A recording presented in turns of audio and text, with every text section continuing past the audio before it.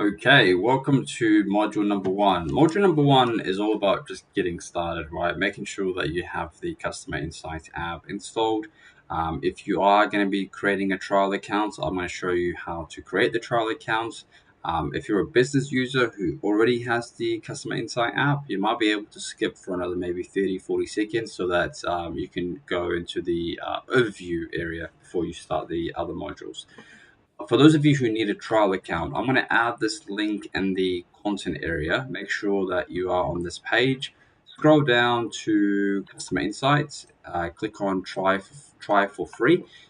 Please enter either a work email or your business email. It will not work with your personal email. If I click on my personal email, accept the terms and conditions, start your free trial, it will tell me that I need a work account for the best trial experience.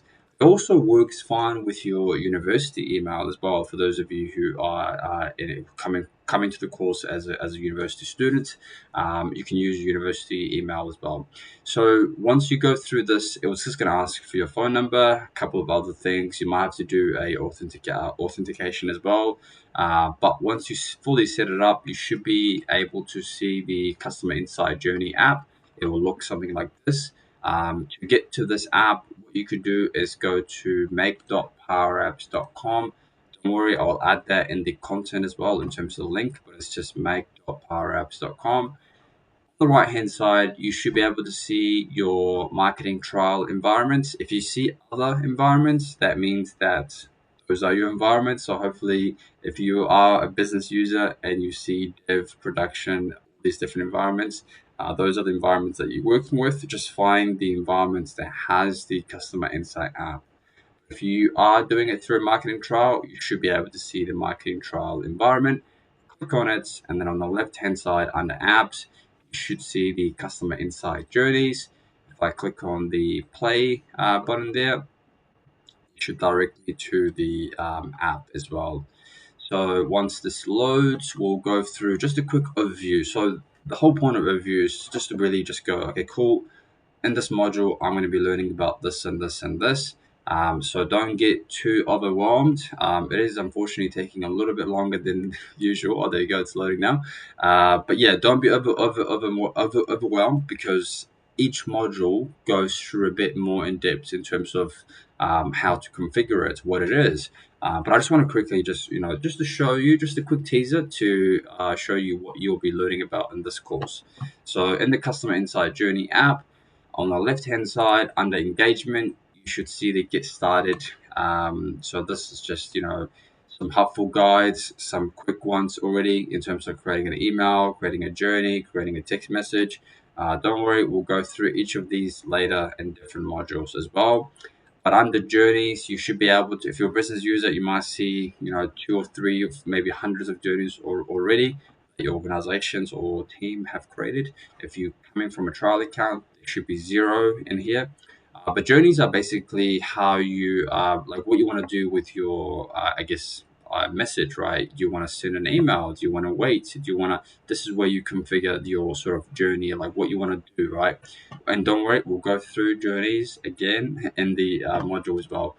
Analytics, so anything to do with, this is a perfect area to be in if you want to understand your journey, how well they're doing, how many people are clicking on links, how many people have opened, it gives you a bit of a quick overview of all of the journeys that you have, right? And then under triggers, you can create custom triggers. You can also create Dataverse triggers. If any of those two things that I've just said does not make sense anything to you, it's okay because in the later module we'll go through exactly what those mean. Under audiences, you've got segments, you've got contacts, you've got leads, you've got consent center, which are all very important. So quickly, segments. Think of a segment could be people who live in Melbourne, Australia. That's a specific segment, right? So those you can use that to create a journey for those people, or segments could be people who meet X and Y Z conditions. That could be a segment as well, or it could be a behavioral people who have opened a particular email or who have interacted with a particular SMS. Those could be segments as well. Again, we're going to go through them later in the module as well. Contacts, as it says, the customers or contacts that you have inside the app. Most of these contacts are the trial accounts contacts, but it's great to have them because you'll be able to play around with it as well later. You've got leads, and then you've got consent center. Consent center is very important. We go through that in module number 2, actually, under data and consent, understanding customer data, the compliance profile, and consent. And a short summary, consent contact points. Consent center is where you can see all of the consent that contacts have given you. So if they have opted in to receive emails, you'll be able to see that in here. If they've opted in to receive text messages, you'll be able to see that here as well. And then the purpose, whether it's a commercial, so things like they actually commercial will be things that you are selling or anything to do with basically there has to be a monetary involvement, right? Or if it's a transactional, so things like, hey, just like an FYI, you've registered to an event, here's the event details, that will be under a transactional consent point. And don't worry, we'll go through this in the module as well.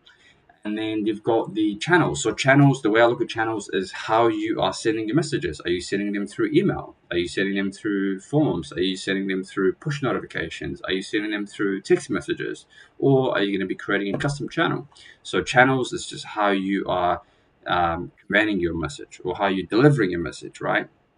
Assets, anything to do with photos, videos, documents, fonts. You can upload all of those in here, and basically it's just a storage. I look at it as like a storage area, library, as it says, so that you can use the images in the emails, you can use the documents in the emails, you can use the videos in the emails, and then you sort of get the draft. Same thing with fonts as well. So it's just a storage area for you to have all those templates is fantastic, especially when you are creating emails, for large organizations. You can reuse those again and again. Same thing for forms, same thing for journeys, same thing for tasks. And then content block is very much similar to templates. Think of this, right?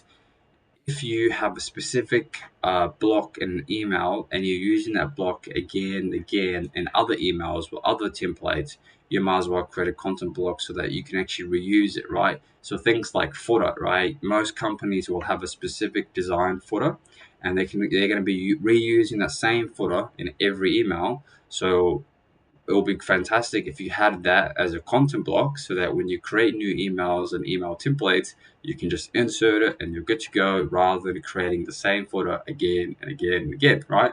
So that's where content block comes in. My work, this is just the activities out of the box table. So it just deals with any of the context behaviors. Don't have to really look at that. But it's also good to have a look at the views. So you've got all activities, and if you've got a few other ones as well. So we won't even look at this one to be honest. But it's good to see that as well. Event planning. We're not going to be doing event planning in this course, but it's really great to actually check it out. So I'm going to quickly summarize what event planning is. Event planning is just another component that comes with customer insight journey. So if your business or you have a use case for running events, this is a fantastic area to be in because you can create your events. You can choose a type of event, whether it's training, whether it's conference, whether it's a briefing, whatever it is, you can create it. You've got the event registration, so you can see the people who have registered to your events. You can see the event team members, the people that will be involved in that specific event that you're creating. Under participants, you've got the speakers. So if you have a course and you want to, do, so you can see here, you've got the name of the speaker, the company, their email address, and then the type, and then you've got the speaker's cost as well. So if this is one of those events, you can definitely set it up in here. And then you've got the check-in. So when a particular person has checked in to the event, you'll be able to see who has checked in and who hasn't. Even look at venue management as well, which is great. So you can create the building, the rooms, the layout, and all of this is just data, right? That you can reuse when you create your events, so that it's all basically goes from A to Z, right? In terms of running an event. Again, in this course, we're not going through event planning. I just thought I should also click on the area so that you can sort of see the other benefits that comes with the Customer Insight Journey app. Lastly, settings. So settings, as it says, this is where you can see the version that you're currently running. You can see all the features that are currently switched on. So as you probably might know, Microsoft has, slowly releases features. So sometimes if those features are available, you can come into the feature switches and turn them on. And then some other things here like email marketing, you can set up your domain. When you do register a free trial account, you will get a free domain. So at the moment, you'll see the domain name is here. What else you've got? You've got the compliance profile, which we'll go through. Journey settings. There's a bunch of things that you can also have a look as well. The brand profile, so that you can create one brand profile. You can keep reusing the same one. But yeah, click on each of these areas just so that you can sort of familiarize yourself with it. Essentially, that's an overview of the customer insight journeys. Now you know in the next modules what you'll be learning in terms of each of these areas. And by the end of the course, you should be very much comfortable to go, yep, I understand customer insight journeys. Yep, I know what a journey is. Yep, I know what a triggers is. I know the types of triggers, whether it's a custom trigger, whether it's a database trigger. I know how segments are created and the types of segments that I can create. I know what the consent center means in customer insights, so that I'm not breaking any regulations when I'm sending emails to contacts. And then in terms of different types of channels, I know the types of channels that are available to me if I want to send something to my contacts, whether it's email, forms, push notifications, text messages. And I also know the area where I can store all my images, videos, documents. And then lastly, I know how to be a bit more smarter in customer insight journeys because I know about templates, in terms of email templates, form templates. And I also know about the content blocks so that, if I have a particular content block that's being reused again and again, I know it's very important to create it first so I can reuse it again in emails and templates. That is the overview. I'm going to see you in module number 2. And module number 2 is all about data and consent, understanding customers' data, compliance profile, and consent. See you on the next module.